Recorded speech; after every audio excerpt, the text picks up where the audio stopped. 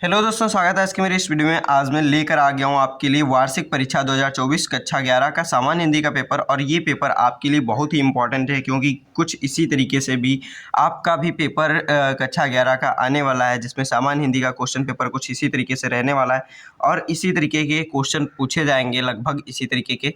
तो यहाँ पर आपका जो ये पेपर है बहुत ही इंपॉर्टेंट है, बहुत ही अच्छे फॉर्मेट पे बना है और जिस तरीके के क्वेश्चन अधिकतर रिपीट किए जाते हैं, जो हमेशा पूछे जाते हैं, वही क्वेश्चन इसमें पूछे गए हैं। अगर आप अभी तक इस पेपर को नहीं देखें तो पूरा सॉल्व कीजिए इस पेपर को और यहाँ पर पूरा वीडियो में देख लीजिए कि कौन कौन से क्वेश्चन इसमें पूछे गए हैं, बहुत ही इंपॉर्टेंट है। और इस पेपर का आपको पीडीएफ अगर चाहिए तो पीडीएफ के लिए मैंने प्रेपवेव ऐप पर इसका आपका पूरा पीडीएफ अपलोड कर दिया है और वहाँ से आप इसका पीडीएफ देख सकते हैं और आप उसको डाउनलोड भी कर सकते हैं। तो वहाँ पर आप उसका लिंक डिस्क्रिप्शन बॉक्स में, इसी वीडियो के डिस्क्रिप्शन बॉक्स में आप पा जाएंगे और वहाँ से आप पीडीएफ देख सकते हैं। और उस ऐप में एक और नई खासियत है जिसमें कि आप अपना पेपर, अगर कोई पेपर आपका हो चुका है या फिर आपका हिंदी का, जब आप अभी आप देख रहे हैं तो कुछ दिन में आपका होने ही वाला होगा, हिंदी का जब पेपर आपका हो जाता है तो उस पर आप अपलोड कर सकते हैं और भी अन्य पेपर आप अपने उस पर अपलोड कर सकते हैं आप प्रेपवेव ऐप पर। तो ये आपके लिए ऐप बहुत ही सहायता करेगा। आपको दूसरे पेपर भी उस ऐप से आपको देखने को मिल जाएंगे, डाउनलोड करने के लिए मिल जाएंगे। तो यहाँ पर अब हम डिस्कस करेंगे इस पेपर के क्वेश्चन आंसर। तो यहाँ पर सबसे पहला आप देखेंगे, जो पहला क्वेश्चन दिया गया है इसमें आपके 5 प्रश्न पूछे गए हैं, एक एक नंबर के 5 नंबर का टोटल ये पहला क्वेश्चन है। तो यहाँ पर सबसे पहले आपको पहला क्वेश्चन, हिंदी का प्रथम उपन्यास किसे माना जाता है। तो इसमें आपको ये 4 विकल्प दे दिए गए हैं, इसमें से आपको बताना है कि हिंदी का प्रथम उपन्यास जिसे माना जाता है वो कौन सा है। तो परीक्षा गुरु जो है वो आपका हिंदी का प्रथम उपन्यास होता है, माना जाता है और ये लाला श्रीनिवास दास द्वारा लिखित है। और ये आपका फिर दूसरा जो विकल्प है ये गोदान है, गोदान प्रेमचंद्र का उपन्यास है। और तितली आपका ये जयशंकर प्रसाद का उपन्यास है और कामायनी जयशंकर प्रसाद का महाकाव्य है। तो इस तरीके से यहाँ पर इसका राइट विकल्प हो जाता है पहला, परीक्षा गुरु। फिर आपका अगला क्वेश्चन पूछा गया है, भारतेंदु हरिश्चंद्र द्वारा संपादित पत्रिका है। तो भारतेंदु हरिश्चंद्र द्वारा संपादित पत्रिका कौन सी आपको इसमें बताना है। तो कवि वचन सुधा जो है आपकी भारतेंदु हरिश्चंद्र द्वारा संपादित पत्रिका है। फिर यहाँ पर आप देख लीजिए आगे, आपका ये जो धर्म युग है ये धर्मवीर भारती द्वारा है और मर्यादा आपका जैसे आपका प्रेमचंद्र द्वारा और हंस भी प्रेमचंद्र का है। तो यहाँ पर इस तरीके से इसका राइट विकल्प सा हो जाता है, कवि वचन सुधा हरिश्चंद्र द्वारा संपादित पत्रिका है। फिर तार सप्तक का प्रकाशन कब हुआ था। तो तार सप्तक का प्रकाशन सर्वप्रथम आपका जो 1943 में हुआ था। तो इसका राइट विकल्प ये हो जाता है, लेकिन यहाँ पर आपका 1959 भी दिया है। ये आपका तृतीय तार सप्तक का संपादन हुआ था 1959 में, लेकिन यहाँ पर आपका जो विकल्प है 12 नंबर ये आपका राइट हो जाएगा क्योंकि प्रथम का यहाँ पर प्रथम ही पूछा गया है। तो प्रथम आपको 1943 में लगा देना है। फिर आपका अगला क्वेश्चन पूछा गया है घ नंबर में, चंद्रगुप्त नाटक के लेखक हैं। तो चंद्रगुप्त नाटक के लेखक कौन है ये आपको बताना है। तो चंद्रगुप्त, स्कंदगुप्त, अजातशत्रु, ध्रुव स्वामिनी, ये सब जयशंकर प्रसाद के आपके नाटक हैं।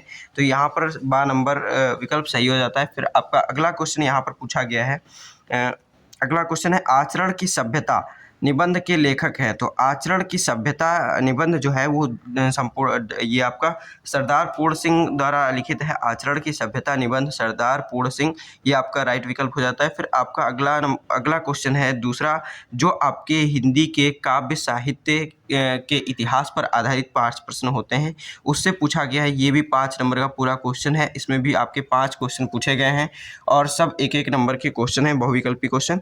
तो यहाँ पर आपका पहला क्वेश्चन है, खड़ी बोली का प्रथम महाकाव्य किसे माना जाता है। तो खड़ी बोली का प्रथम महाकाव्य आपका परिप्रवास है, इसे कहा जाता है। ये अयोध्या सिंह उपाध्याय द्वारा लिखित है। और फिर यहाँ पर आपका जो पृथ्वीराज रासो है ये आपका ये महाकाव्य है, लेकिन आपका खड़ी बोली में नहीं है। प्रथम महाकाव्य है पृथ्वीराज रासो, चंद्रबरदाई द्वारा लिखित है, लेकिन आपका खड़ी बोली का जो प्रथम महाकाव्य है वो आपका परिप्रवास है। ये राइट विकल्प आपका हो जाता है 10 नंबर। फिर आपका अगला क्वेश्चन है, विनय पत्रिका किसकी रचना है। तो ये क्वेश्चन बहुत ही रिपीट होता है, इसको आप ज़रूर ध्यान रखिए। तुलसीदास द्वारा ये विनय पत्रिका तुलसीदास जी की है। और यहाँ पर आपके ये सभी ये कवि आपके जो हैं, ये कवि हैं ये आपके भक्ति काल के हैं। तुलसीदास जी, रामचरितमानस जिन्होंने लिखा है। फिर यहाँ पर आपका अगला क्वेश्चन है, चिदंबरा के रचनाकार कौन है? तो चिदंबरा के रचनाकार कौन है यहाँ पर आपको बताना है। तो सुमित्रा नंदन पंत, जिन्हें प्रकृति का सुकुमार कवि भी माना जाता है, ये आपके चिदंबरा के रचनाकार हैं और इन्हें चिदंबरा रचना पर भारतीय ज्ञानपीठ पुरस्कार भी मिला है। तो इस तरीके से आपका अगला क्वेश्चन है, निम्न में से कौन छायावादी कवि है? तो निम्न में से कौन छायावादी कवि है ये आपको बताना है। तो आप जानते होंगे जयशंकर प्रसाद जो हैं ये छायावादी कवि हैं। तो छायावादी कवि कौन है आपके? तो जयशंकर प्रसाद जी हैं। फिर आपका अगला क्वेश्चन यहाँ पर पूछा गया, और बाकी जो कवि हैं ये आप देख लीजिए। सूरदास जो है आपके ये भक्ति काल के हैं, मीराबाई भक्ति काल के हैं, धर्मवीर भारती ये आपके आधुनिक काल के हैं, लेकिन जयशंकर ये आपके छायावादी युग के नहीं हैं। फिर आपका अगला क्वेश्चन है, साकेत महाकाव्य के रचनाकार हैं। तो साकेत महाकाव्य के रचनाकार जो हैं मैथिली शरण गुप्त जी हैं, जिन्हें राष्ट्र कवि भी कहा जाता है, मैथिली शरण गुप्त। तो ये आपके साकेत महाकाव्य के रचनाकार हैं।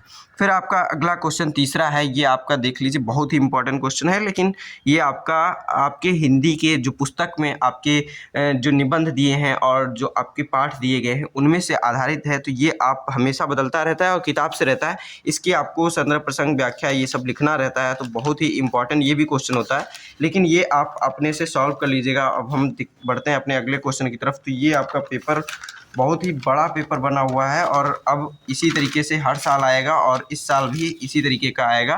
तो इस तरीके से आप देख लीजिए ये पेपर आपका, ये फिर उसी के आगे का अगला पेज है ये आपका।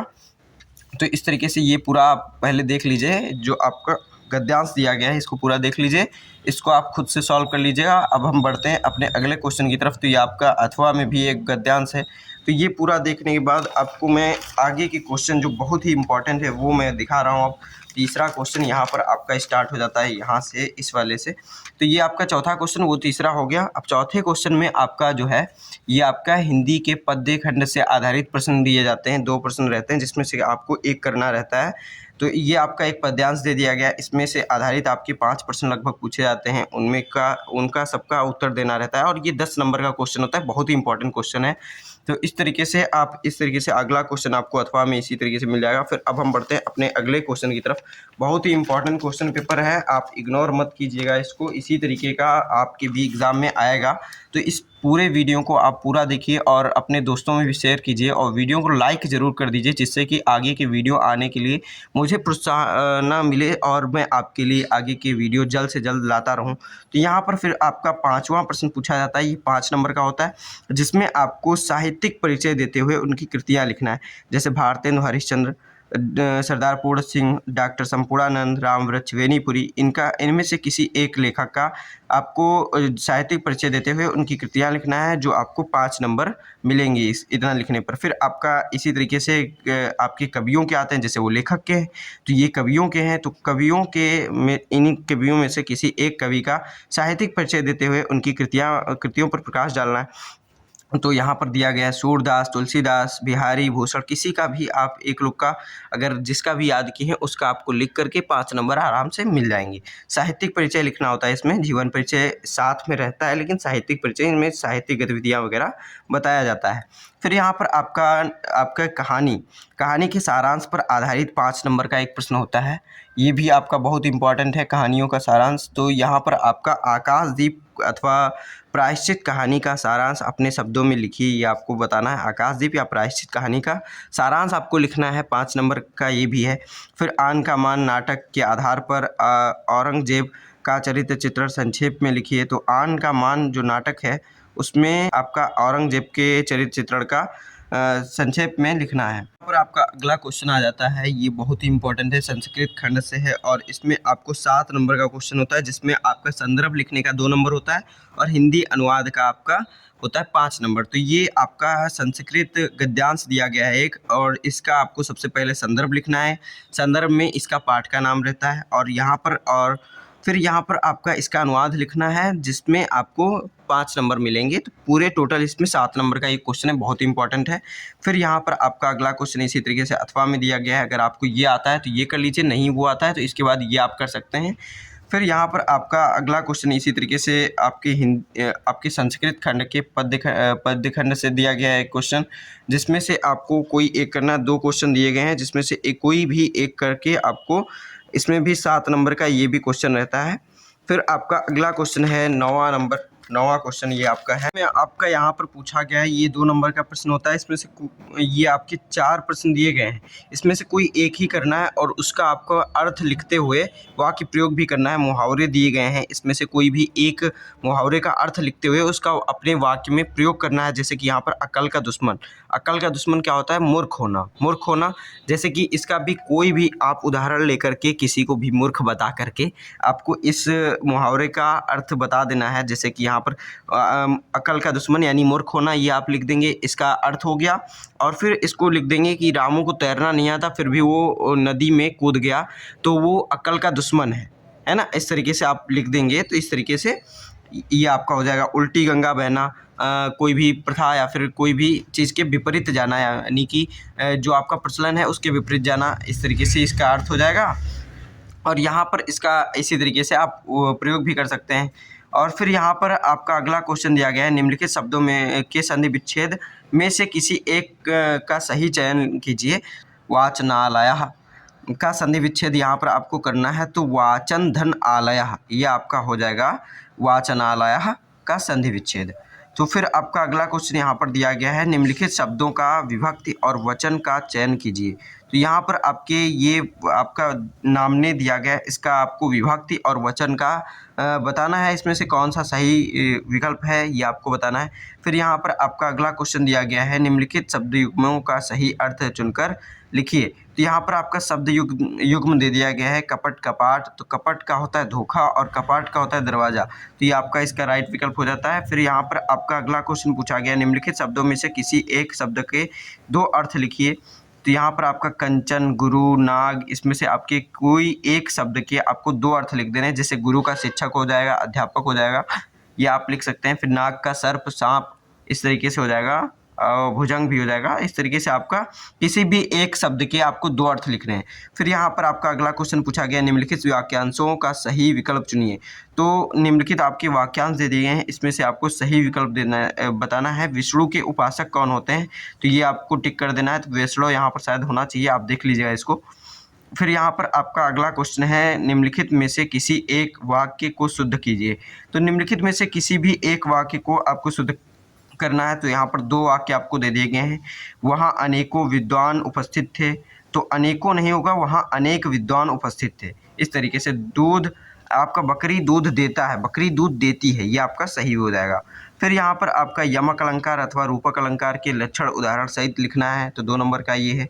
लक्षण में आप परिभाषा ही लिखेंगे, आपका हो जाएगा। फिर उदाहरण आपको उसका लिख देना है यमक अलंकार का।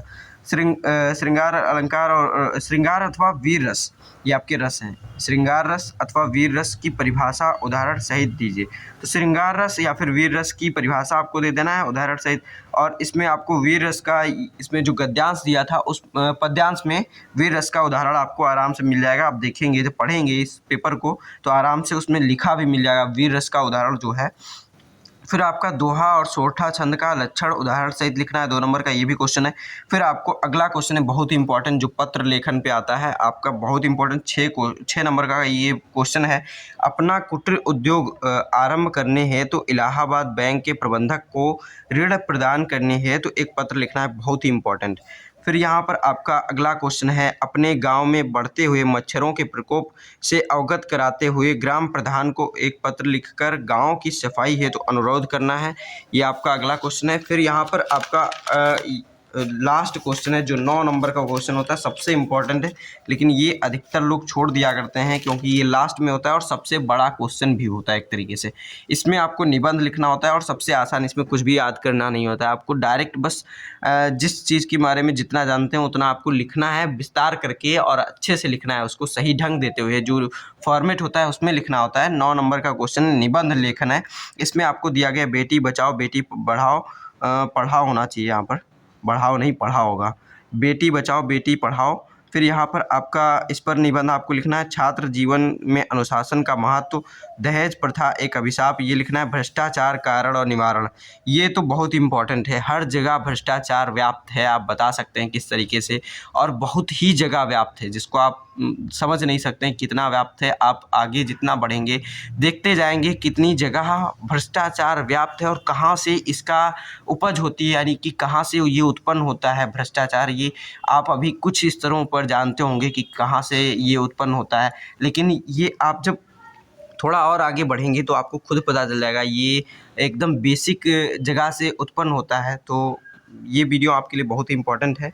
तो वीडियो को लाइक कर दीजिए, आप शेयर कर दीजिए अपने दोस्तों में। मिलते हैं अपने अगले वीडियो में, तब तक के लिए धन्यवाद।